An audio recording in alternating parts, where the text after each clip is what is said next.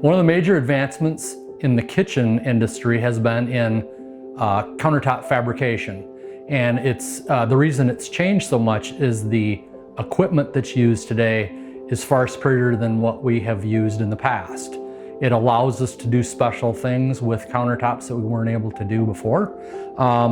As we look at this here, this is our normal thickness of a quartz or a granite countertop. But as we look over to here, we can see that we've actually built that edge up to give it a much thicker feel, and we've also waterfalled it down the edge of this cabinet here. How we achieve that is we actually miter a piece onto the front of the countertop edge itself, and then we wrapped it down the side of that cabinetry.